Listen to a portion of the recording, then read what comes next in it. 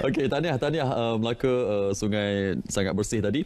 Kita nak masuk ke segmen di studio. Ini segmen kedua terakhirlah tentang gadget yang kita sebut tadi. Anak-anak main gadget tak? Oh, semestinya. Anak-anak saya hanya bagi hari Ahad saja. Hari Ahad, satu hari saja. Hari saja. Hari lain tak boleh pegang telefon langsung. Tapi okeylah, dia orang patut. Tapi sekarang ni online learning semua. Laptop saya yang buka dan bukan telefon lah. Gadget ni saya rasa telefonnya problem. Kalau laptop ni dia tak kacau sangat. Sebab tak boleh bawa lagi. Alright, kita ada seorang tetamu hari ini, Profesor Madya Teknologis Dr. Nur Izura Uze, pakar keselamatan maklumat, Fakulti Sains, Komputer dan Teknologi Maklumat UPM. Apa khabar Prof Madya? Baik. Selamat berpuasa. Terima kasih. Assalamualaikum. Assalamualaikum. Dan kalau kita lihat gadget ni sudah sebati dengan kehidupan kita. Lebih-lebih lagi dalam tempoh PKP ni.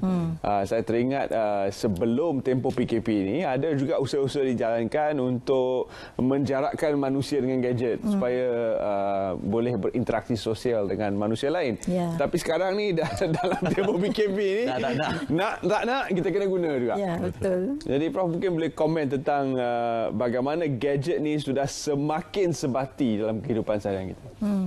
Betul tu apa yang Teran sebut tu. Ya, seolah-olah gadget dan manusia ni sekarang macam tidak dapat dipisahkan. Yang tak dapat dipisahkan. Ya, dia dah macam sebahagian daripada kita.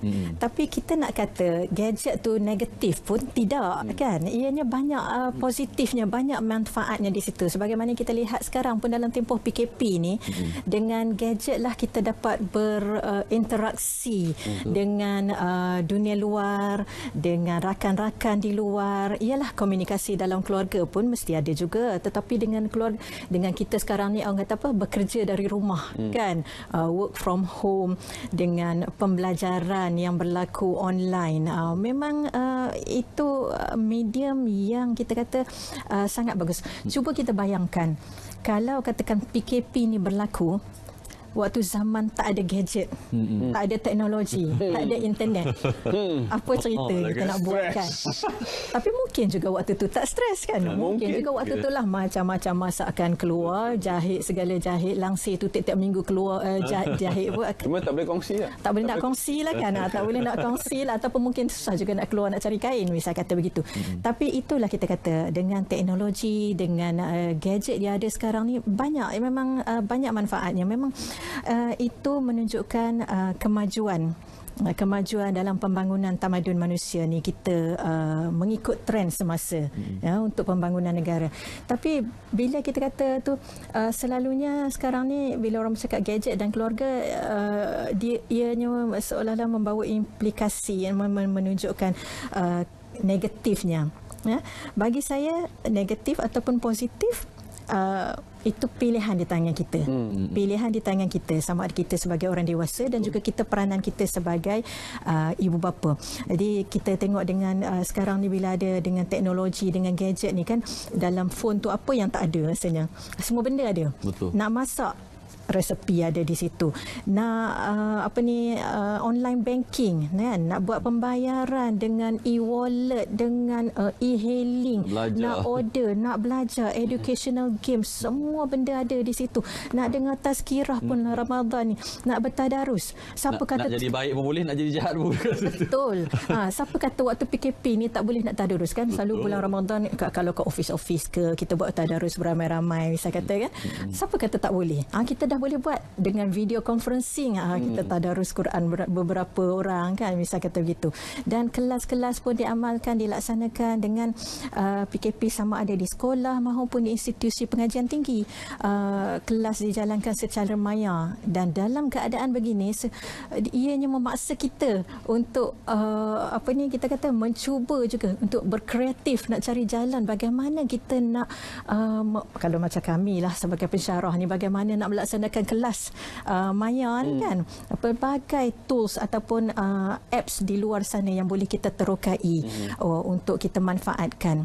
Tapi di sebalik itu ialah macam tadilah, pilihan di tangan kita, nak yang baik atau nak buruk. Itu antara cabarannya juga. Ya, positif, negatif, pilihan. Ya. Tapi kita tak boleh elak daripada cabaran. Cabaran, betul. Cabaran bukan satu yang mudah. Terutama bila sebut tentang gadget ini, ya, bab anak main game, bab anak susah nak belajar, itu lain cerita. Tapi bab keselamatan cyber, kadang-kadang kita agak gerun juga remaja anak-anak kita berada dalam talian agak lama. Mungkin dari sudut tu Prof. Ya, betul. Itu juga saya nak kongsi juga kan. Kita nak peringatkan kepada kita ibu bapa. Bukan kita sebagai ibu bapa, kita sebagai individu dewasa pun kadang-kadang kita terlupa juga benda tu. Belum lagi kita bercakap tentang kawalan terhadap penggunaan anak-anak ni. Kita sendiri pun kadang-kadang kita terlupa oversharing. Ya, kita dengan dalam kegairahan kita ni tadi kata nak masak semua nak share, tak apalah masak-masak gitu. Tapi kadang-kadang tu kita terlupa yang apa yang kita kongsikan tu boleh dimanipulasi oleh pihak-pihak yang tidak bertanggungjawab untuk kadang-kadang tu kita kata apa yang salah satu serangan cyber ni adalah dalam bentuk dipanggil social engineering, kejuruteraan sosial. Dia akan collect, dia akan mengumpul data-data peribadi kita, data-data kita, ataupun kadang-kadang posting kita di media sosial pun akan dikumpulkan dan akan dibentuk profil tentang diri kita. Dia dah boleh tahu kita duduk di mana, sekolah di mana, anak sekolah mana, itu ini semua maklumat-maklumat tu boleh dikumpul dan boleh mendatangkan bahaya, boleh dimanipulasi oleh pihak-pihak tertentu. Dan kadang-kadang kita pun kena berhati-hati juga dengan apps yang kita install, katakan. Kena tengok juga apa yang data yang kita persetujui untuk dikongsikan, data peribadi kita setakat mana. Kalau orang bercakap tentang apps tu bahaya, apps ini bahaya, secara umumnya lah kita boleh katakan, kalau kita ni connected to the internet, risikonya tetap ada. Okey, ini tentang kita individu. Ya, kita nak membuat online banking ke dan sebagainya, semua kena berhati-hati. Tapi sebagai ibu bapa pula, pesanan kita dalam keluarga juga. Ya, bagaimana kita memantau anak-anak tadi tu, macam yang Syahril sebutkan. Tentang penggunaan anak-anak. Kita sebagai ibu bapa kita kena kawal. Ya, saya suka bila Syahril kata ada had. Memang kita kena ada had penggunaan. Weekend sahaja ke. Anak saya tidak benarkan menggunakan telefon pintar sehingga selepas dia habis SPM. Dia sekarang ni dah 20 lebih lah anak saya tu. Jadi kita kawal begitu. Apa yang dia ada, kita jangan benarkan komputer ataupun telefon pintar misalnya kata di dalam bilik. Yang mana kita tak tahu apa yang dia buat. Bilik lah maksudnya. Jangan bagi hak milik, dan juga satu lagi kena ada ketelusan. Apa yang dia buat, dia guna untuk apa. Kalau katakan guna untuk kerja sekolah kan, kerja sekolah pun banyak bagus. Bagus sebab pelajar mudah mendapatkan maklumat. Tapi biarlah di depan kita. Jadi kita kena ada peraturan yang jelas. Kalau anak yang kecil, kalau nak bagi guna sekejap, yalah kadang-kadang ada juga educational games kan. Dia tengok YouTube ABC, tapi kita kena ada tetapkan. Okey, 5 minit saja ya. 10 minit saja. Lepas tu jadi kita kena macam itulah, dan kita sendiri pantau, kita kena dengan anak-anak remaja, kita kena berkawan juga dengan mereka. Kita kenali siapa mereka berkawan. Semua tu kita betul-betul lah memang orang kata peranan sebagai ibu bapa tu penting. Ya, kita tak mahu nanti jadi ketagihan. Ya, ketagihan bukan saja ketagihan pornografi, ketagihan shopping, online games. Online games pun kita kena perhatikan apa yang anak kita main ni, bahaya ke tak bahaya. Ya, ada game yang boleh membawa kepada, kita tahu yang game yang membawa kepada bunuh diri, kan, game yang membawa kepada keganasan. Kartun-kartun pun kita kena perhatikan. Ada kartun-kartun yang mempunyai unsur-unsur ganas, unsur lucah, kan. Semua kita kena perhatikan. Itu memang ialah tugas kita lah dalam membesarkan anak dalam zaman teknologi, zaman digital ni. Itu antaranya. Jadi gaya hidup sihat itu perlu ya. Sebagai pengamal keselamatan, mungkin kita boleh berkongsi tips dengan orang ramai tentang bagaimana untuk lebih selamat di internet. Oversharing tadi itu saya rasa sungguh penting, kerana apabila kita berkongsi resepi tadi, sentiasa kita akan masukkan sekali alamat rumah, lokasi mana kita masak, dengan siapa kita tengah memasak. Jadi nak tak nak kita tengah mendedahkan diri kita kepada pelbagai isu keselamatan. Mungkin kita boleh berikan tips yang praktikal untuk orang ramai dari segi penggunaan internet, dari segi penggunaan media sosial. Bagaimana mereka boleh kekal selamat ketika dalam talian. Ya betul tu. Tips tu memang banyak. Kalau sempat apa yang sempat saya kongsikanlah pada hari ini. Katakan tadi kita nak ambil gambar. Kan ambil gambar masakan contohnya untuk kita hantar. Bila kita ambil gambar tu, contoh tips-tips simple lah yang saya kongsikan ni. Kamera dalam phone kita tu, ya, kamera phone kita tu pastikan GPS function ataupun location function tu kita off. Kerana bila kita ambil gambar dengan location tu on, dalam setiap gambar apa dia ada attribute, dia ada dia punya kita kata properties kan. Gambar tu location tu ada siap dengan dia punya koordinat di mana gambar tu diambil. Walaupun kita katakan kita pesan dengan anak-anak kita diri sendiri jangan dedahkan lokasi ini, saya memang selalu pesan waktu anak saya kecil lagi, kalau nak menggunakan ni jangan bagi tahu alamat kita, jangan bagi tahu kita ni duduk di mana, jangan dedahkan maklumat. Sentiasa selalu pesan dengan anak-anak sampai anak-anak ni dah anak pun selalu dengar ceramah saya juga kan.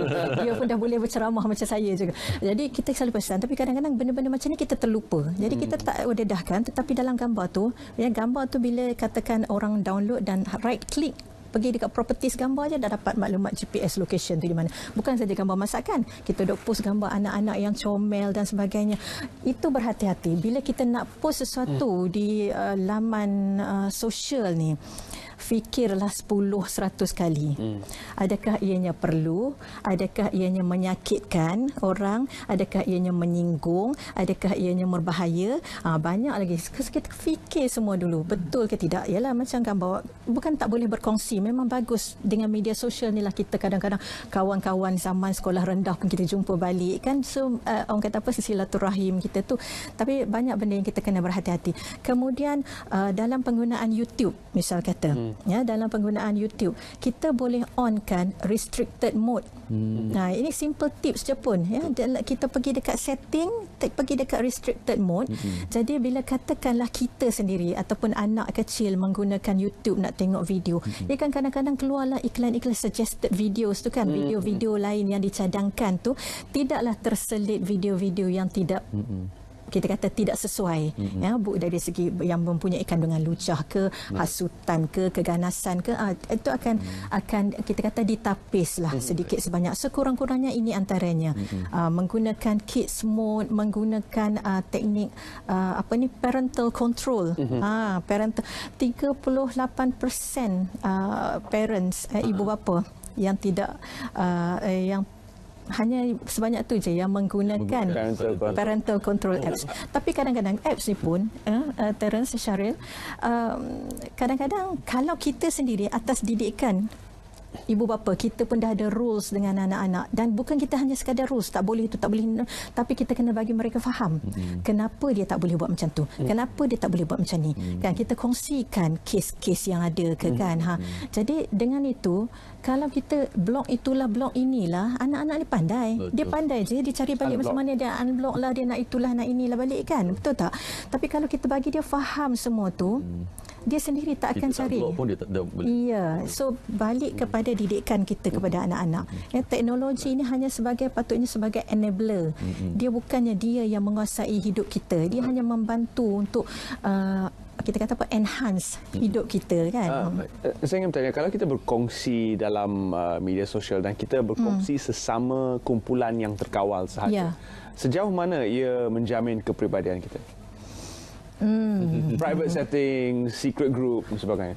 Yalah, setakat tu orang kata apa, boleh lah sebenarnya. Ya, lebih selamat lah kalau kita katakan berbanding dengan tidak ada private settings. Of course kita nak buat settings dan sebagainya, tapi macam saya kata tadilah, sentiasa ingat semuanya itu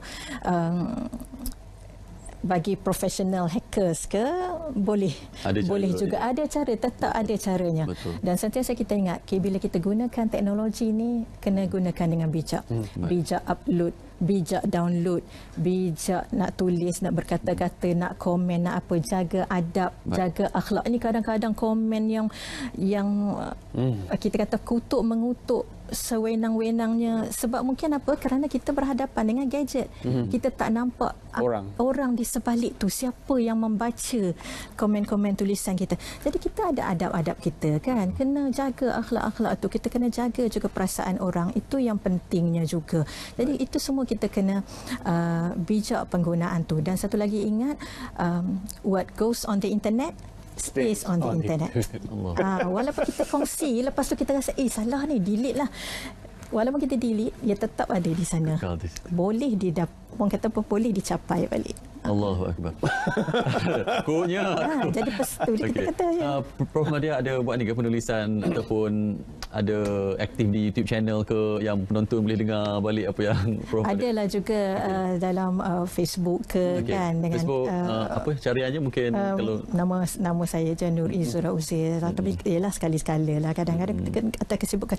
Tapi kita pun ada juga dalam page contohnya sekeluarga tolak pornografi. Stop. Ada juga tips yang kita kongsikan. Ada page itu. Dan orang kata apa, kita pun sebenarnya ialah research kita pun di fakulti dan sebagainya pun memanglah daripada research dalam bidang keselamatan maklumat dan sebagainya juga. Tapi mungkin itu bersifat orang kata apa akademik lah kan, teknikal. Tapi dalam kita kata sumbangan kita jugalah dalam ini ya kepada masyarakat dan negara itu. Okey, baik. Terima kasih banyak Prof Madia. Keterbatasan waktu tapi banyak benda yang kita belajar terus. InsyaAllah kalau anda mungkin nak tengok data-data tertentu kena layari macam yang Profesor Madia sebut tadi lah. Yalah, boleh. Baik. Terima kasih banyak kita ucapkan.